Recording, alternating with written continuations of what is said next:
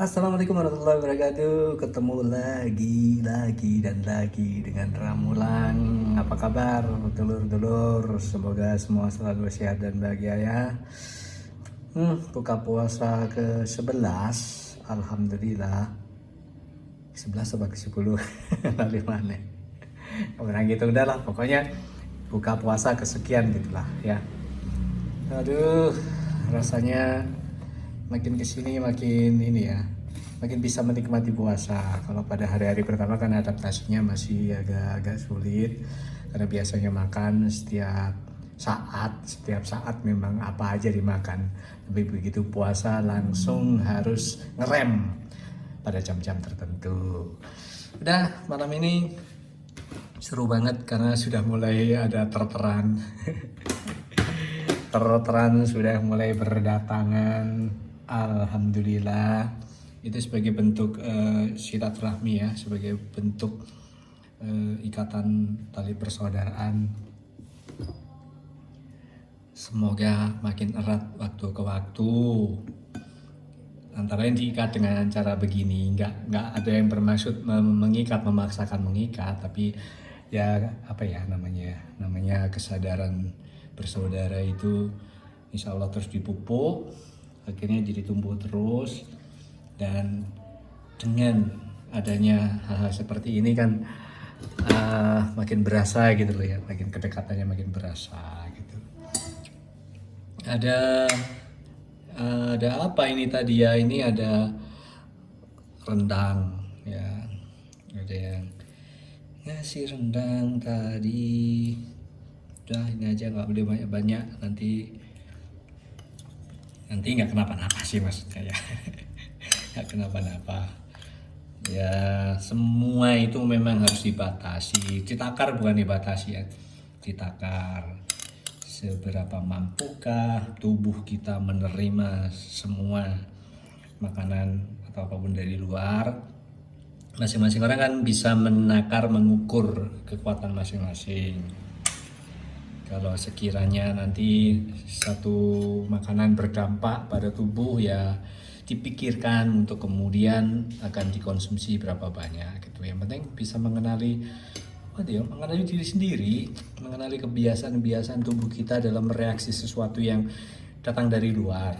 Kalau itu sudah dilakukan dengan baik, disadari, dilakukan dengan baik, kemudian ya udah dijaga, insya Allah akan baik-baik saja. Kan kewajiban sebagai manusia menjaga apa yang memang harus dijaga. Itu saja, insya Allah semuanya akan baik-baik saja, insya Allah semuanya akan sehat. Dah, lanjutkan hidup itu. Makan ini terus pakai apa lagi? Ini sebenarnya ada telur asin, jadi berat semua ya, tapi tidak apa-apa guys, nggak masalah ya. Sekali ini bismillah. Ini telur asin, ada daging rendang dan ada sambal goreng. Ini ada telur puyuh juga loh ya. Yes, pokoknya bismillah, nggak usah takut. Semua diyakini dengan rasa syukur yang dalam. Makanan ini akan menjadi berkah, makanan ini akan menjadi daging dari orang Jawa. Makanan ini tidak akan berdampak apapun selain menyehatkan kita saja ya. Toh nggak setiap hari makan begini kan. Yuk makan ya. Bismillahirrahmanirrahim, makan.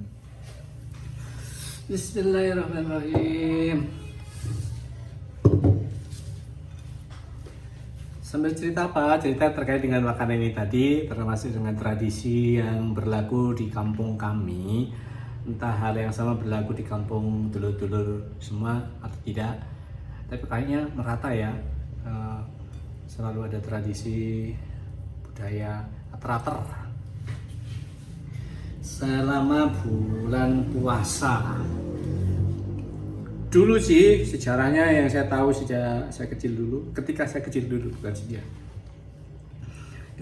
dulu memang tradisi ini berlaku pada malam takbiran gitu ya. Jadi sehari sebelum Idul Fitri tiba, itu zaman saya kecil dulu, di antara datang. Jadi kayak apa ya, saling bertukar makanan pada akhirnya. Saling bertukar makanan. Saya pernah cerita tahun lalu, apa-apa setiap tahun akan selalu saya update, barangkali ada sesuatu yang baru yang bisa saya sertakan selain yang sudah pernah saya ceritakan pada tahun-tahun sebelumnya. Jadi seperti apa ya, bertukar, bukan seperti, jadi bertukar makanan. Itu dilakukan setiap tahun. Bayangkan kalau yang kita terakhir itu 50 orang gitu ya, maka akan sebanyak itu pula sampai, karena kan tradisi berbalas ya, berbalas ater-ateran. Saya suap dulu. Ini suapan yang pertama. Bismillahirrahmanirrahim.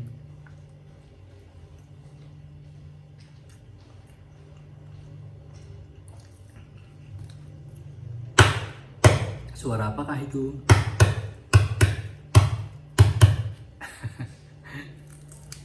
Suara telur digebuk-gebukin di meja. Jadi begitu. Setiap tahun itu selalu ada makan membludak gitu ya, di atas meja itu bisa berpuluh-puluh ya, tergantung kita ngirim berapa ya. Kami ya, keluarga kami mengirim berapa kepada kerabat, kepada tetangga. Saya sebut tadi 50, jadi akan kembali juga 50 porsi. Kekuatan kami untuk mengonsumsi dalam hari itu paling berapa gitu ya, 3-4 porsi lah, katakanlah begitu. Sisanya nasibnya bagaimana? Saya jawab setelah ini.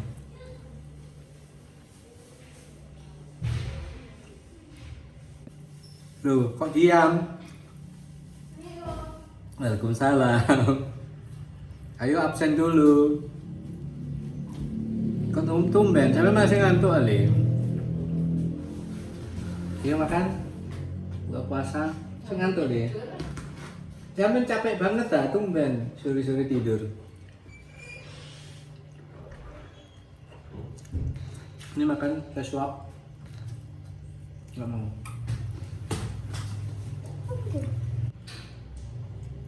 Sekarang sih lebih enak karena ada kulkas. Jadi kulkas bukan lagi barang mewah seperti dulu ketika masa kecil. Dulu nggak kebayang mau beli kulkas, nggak kebayang sama sekali, nggak kebayangkan punya itu. Televisi saja nonton di rumah tetangga gitu ya. Nah, apa hubungannya dengan makanan tadi? Hubungannya sangat erat. Seandainya pada zaman dahulu sudah punya lemari es ini, lemari pendingin ini, mungkin kekacauan itu tidak akan terjadi.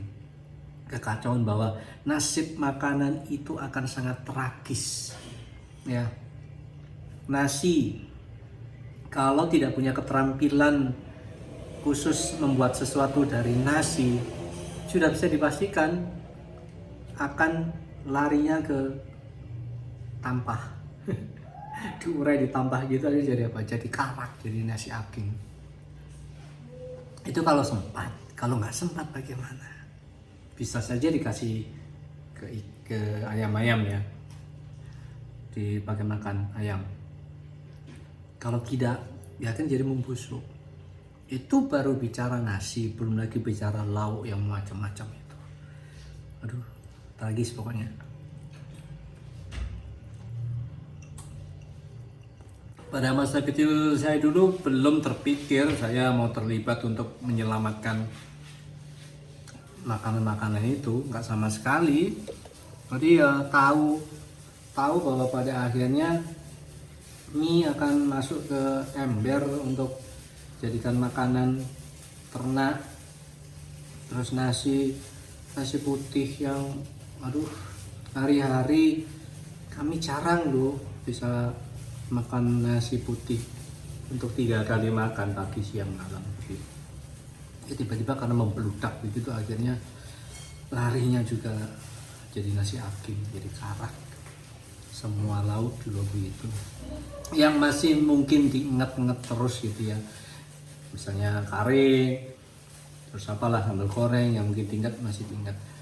Tapi ya gitu, paling sehari, 2 hari, 3 hari sudah, setelah itu nasibnya akan jadi sama juga. Nggak kira entek gitu loh, nggak akan habis. Mau diberi tetangga sama-sama punya, tetangga sama-sama punya, saudara-saudara sama-sama punya. Ayo, itu. Jadi apa yang sudah diusahakan dengan susah payah untuk bisa ikut selamatan gitu, akhirnya jadi mubazir. padahal carinya susah. Untuk selamatan itu harus ngumpulin duit sekian puluh ribu saat itu. Duit yang sehari-hari juga kadang pas-pasan dipakai untuk belanja. Ngira-ngira nih belonjo di maleman riyoyo. Akhirnya ada seperti itu. Lanjut. Apa ya? Sakong.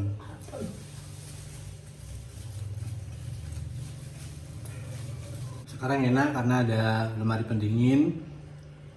Jadi kalau ada makanan lebih yang tidak mungkin dihabiskan pada hari itu, secepat-cepatnya diamankan di lemari pendingin agar tidak sampai basi. Kemudian besoknya diolah, bisa dipanaskan saja atau bisa direka ulang, direkayasa menjadi hidangan yang sedikit berbeda mungkin ya. Nah, yang bisa menyelamatkan, yang punya kesempatan untuk menyelamatkan, nah yang nggak punya kesempatan menyelamatkan karena mungkin nggak punya lemari pendingin ya atau apa. Itu tadi seperti yang saya ceritakan, nasib makanan itu akan sangat tragis. Sama saja buang duit sekian puluh ribu, sekian ratus ribu menjadi sia-sia padahal carinya susah banget. Hari-hari saja tidak pernah makan makanan yang semewah itu. Dalam kacamata kami itu mewah. Kenapa? Tidak setiap hari bisa menyantap hidangan semacam itu. Gitu loh. Ya. Berikutnya nanti akan saya ceritakan besok ya, karena terlalu panjang ini kelihatannya, jadi cukup itu saja. Sambungannya terkait dengan topik ini tadi akan saya lanjutkan besok. Sebentar itu dulu. Lanjutkan makan, sedikit lagi, udah santai. Ya, semoga kita semua selalu sehat dan bahagia. Assalamualaikum warahmatullahi wabarakatuh.